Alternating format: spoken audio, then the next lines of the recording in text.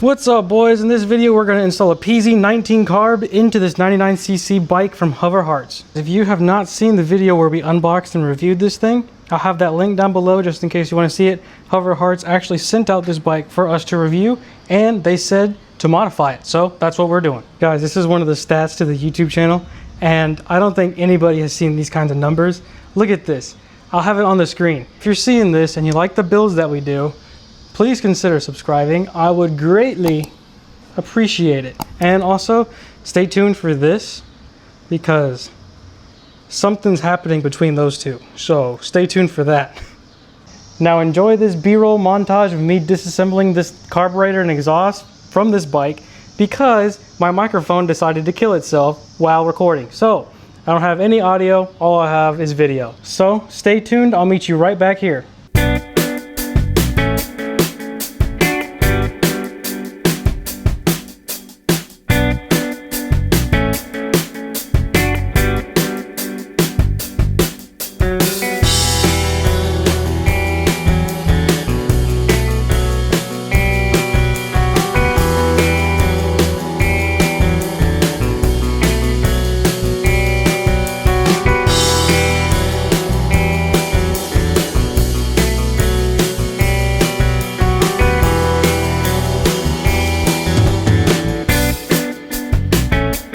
Okay, now that y'all have endured my cheesy music and have made it this far, let's go ahead and install this carburetor. So I don't know if y'all know in the past, if y'all watch the videos, I was told not to use these little plastic spacers.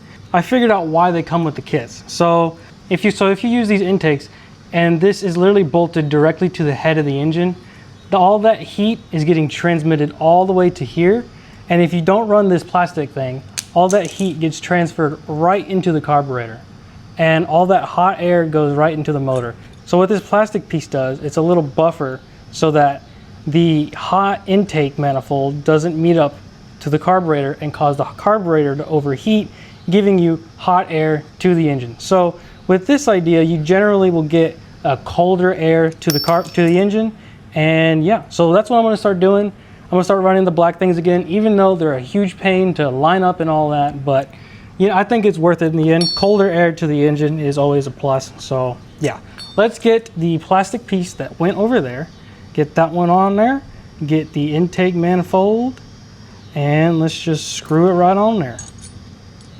Okay, I had to go close the garage door because the thundering got pretty bad out there. So now let's install the carburetor and intake assembly to the head of the motor. And let's not forget the gasket. I'm good at doing that. Okay, so the intake assembly with the gasket goes right there, and we just screw her on there. Okay, now let's just tighten them up. I did have to modify a little Allen key so we can tighten these screws, but it's no big deal. It's good to have these on hand. Wish they made them, or they probably do. It's just I haven't really looked. And there's two. Intake and carburetor assemblies on there. Now let's go to the exhaust. Okay, so the exhaust is just held on with the two little bolts that came with this exhaust. So let's just route that through there, make sure that gasket's on, just put the screws right in there. It's pretty cool that they have two directions of the manifold, so you can either mount it like that or put it down. It's probably for different exhaust setups, but this one will only fit with the upper hole on the right side, if you would. Okay, now we just tighten it up with the 8mm wrench. Okay, exhaust is on there. Pretty sturdy too. Okay, so I already went ahead and lowered the clip on the needle one slot because I'm pretty sure it's gonna bog. So let's just get the slide. There we go. Make sure it goes all the way in. Fix our little boot right here. There we go. Like how easy that choke is to get to. I wish other chokes were like that, but no, the VM22 one has to be very annoying, but the VM2 is a lot nicer of a carburetor than this. So, all right, now let's work on the gas tank and fueling. And I did have problems with this. As you can see, this intake and carburetor angle is like pointing upwards just a tad, and the bolts to mount the gas tank are right yonder. and on the other side as well. So the gas tank actually comes in contact with the carburetor. I know, not ideal, but you know, what can you do? Okay, so I'm actually having a terrible time with this gas tank. My result was to just force it, and that's currently what I'm doing. So it's definitely not the bike's fault, it's the intake's fault. Yeah, I'm not gonna link this down below.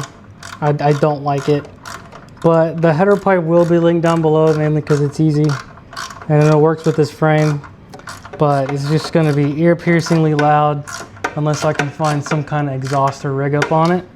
But if I can't, sorry ears in advance.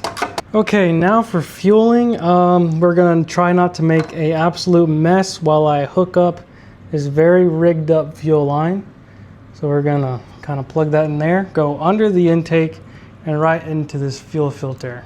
Okay, prepare to watch me spill gas all over the place. So the fuel line is going over the intake, then back under the intake, and gonna connect right to this fuel filter. So you can see that this is not permanent by any means.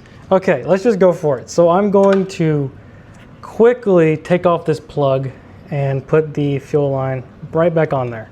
So yeah, plug, be gone. Oh, look at that. I didn't even spill that much. All right, boys, prepare to watch me do something with this bike. I don't know what we're gonna do. We're gonna definitely annoy some people, so this is gonna be very loud. But let's just try to get it started. Hopefully it starts. Oh, that was cute. Yeah, let's just, kill switch is off. Let's just give it a little bit of throttle. Hopefully it starts.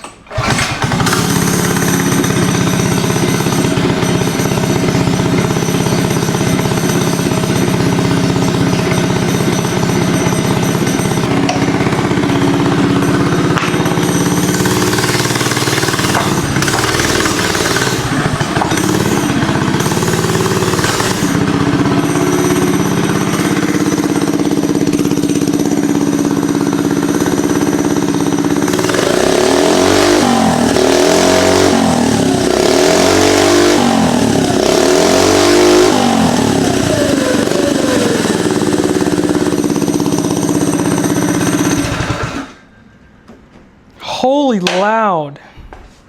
Holy loud, look at the exhaust is smoking. Oh my gosh. The exhaust is smoking. Look at that. That's how you break in an exhaust right there. All right, boys, we gotta make this decently fast. And as you can see, I did some jankery right here to kind of make it a little bit quieter.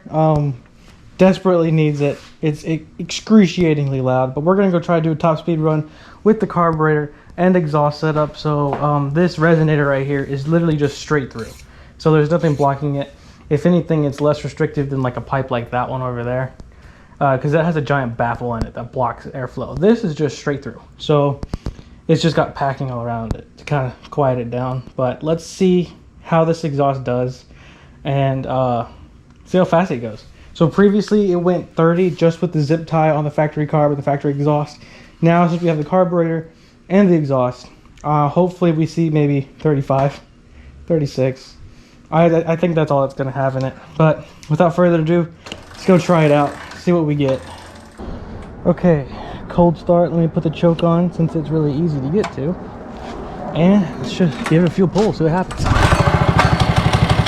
First pull. There we go. I'll warm up a little bit.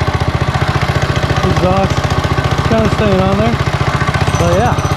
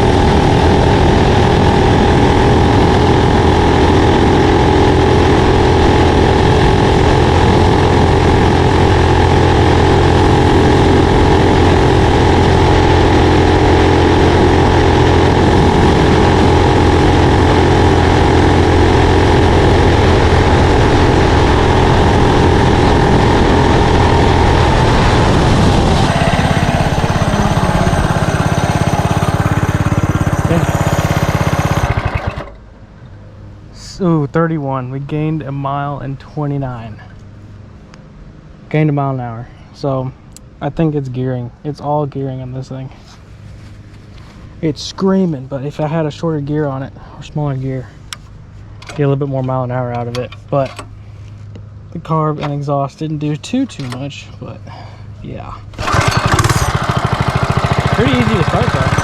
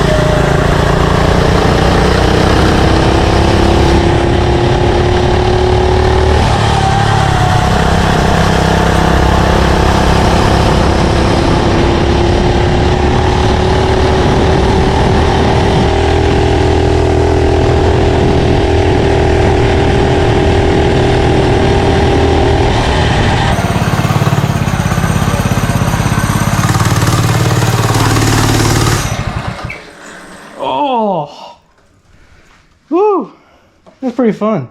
All right, boys, I sure hope y'all saw me flying through on this bike. It's pretty good on the low end to mid-range, but it's mainly because of how big this rear sprocket is. If we had a smaller rear sprocket, we definitely would be able to see 40 in this thing. And 40 on a little bitty motor like that is kind of sketchy, but if you had a smaller rear sprocket, definitely you're going to see some more top end speed. But these mods, I would say, definitely helped in the torque aspect. This thing gets up to speed pretty quickly now. It definitely has a lot more freedom in the exhaust, and the carburetor is a lot bigger as well. The exhaust is also kind of chipping off the paint. I will have both of the carburetor and the exhaust linked down below if you'll want to, but just be very wary about it. The exhaust has a very bad quality outer coating on it. And the carburetor, well, it doesn't even fit properly with the gas tank. So you probably have to cut the intake down here and bend it a little bit, then weld it back on, or just find a way to bend it. I mean, I don't think it's worth it at all. I would just keep it stock, to be honest. But if you want to modify it, I'll have them linked down below. I just don't recommend it. But as for now, I really do like this frame. This frame is very beefy, and I just can't say enough good things about it. I really do like it. It's got a lot of room down here for fun activities. Yeah, we just have plenty of room in this frame. So let me know what your ideas down below. What do we do to that? Do we keep it like it is, or do we do something else in here? This motor right here is the motor off of the 100U, which that is currently getting a frame extension, and we're not going to need that motor anymore. So that motor should fit perfectly in here. So stay tuned for that. That'll be next video, and we should see a lot of mile-per-hour upgrade out of that, because I'm also going to have a new rear sprocket that's going to be 420 chain. But as for now, let me know what you think. Was that carburetor and exhaust modification just a complete waste of time, or do you think a little bit more bottom end was worth it? Let me know your opinions down below, but let's just say next video, this bike is getting a complete overhaul. So with that being said, here's a little teaser for next video, and I will see y'all next week.